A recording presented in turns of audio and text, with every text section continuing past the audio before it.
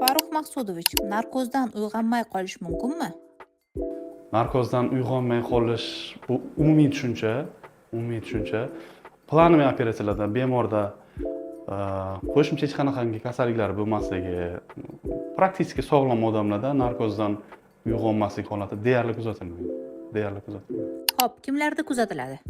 Bosh miya og'ir travmasi kasalliklarida, masalan, neyroxirurgik operatsiyalarda, qon quyilishlarda, og'ir septik jarayon bilan shoshilinch holatlarda operatsiyaga olinganda, og'ir jigar buyrak yetishmovchiligi bilan hayotiy ko'rsatma bo'yicha operatsiyaga olinganda, unda ham narkozdan emas, narkoz uyg'onmay qolish emas, asosiy kasallikni zo'rayib, koma holatiga o'tib ketish natijasida bemor uyg'onmay qolishi mumkin, lekin bu narkoz bilan bog'liq bo'lmasligi mumkin.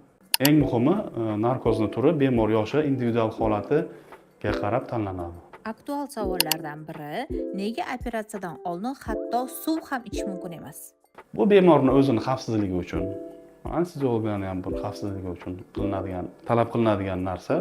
To'la oshqozonda hech qanaqa narkoz o'tkazish mumkin emas bunday bo'lganda, chunki oshqozondagi saqlama nafas yo'llariga qaytib regurgitatsiya bo'lish natijasida og'ir pnevmonit asoratlariga olib kelishi mumkin. Klinikamizda operatsiyalar uchun, narkoz uchun barcha jihozlar, dori-darmonlar, texnikalar mavjud. Murojaat qilsangiz, anesteziya, narkoz jihatdan hech qanaqangi muammolarsiz o'tkazib berishga harakat qilamiz.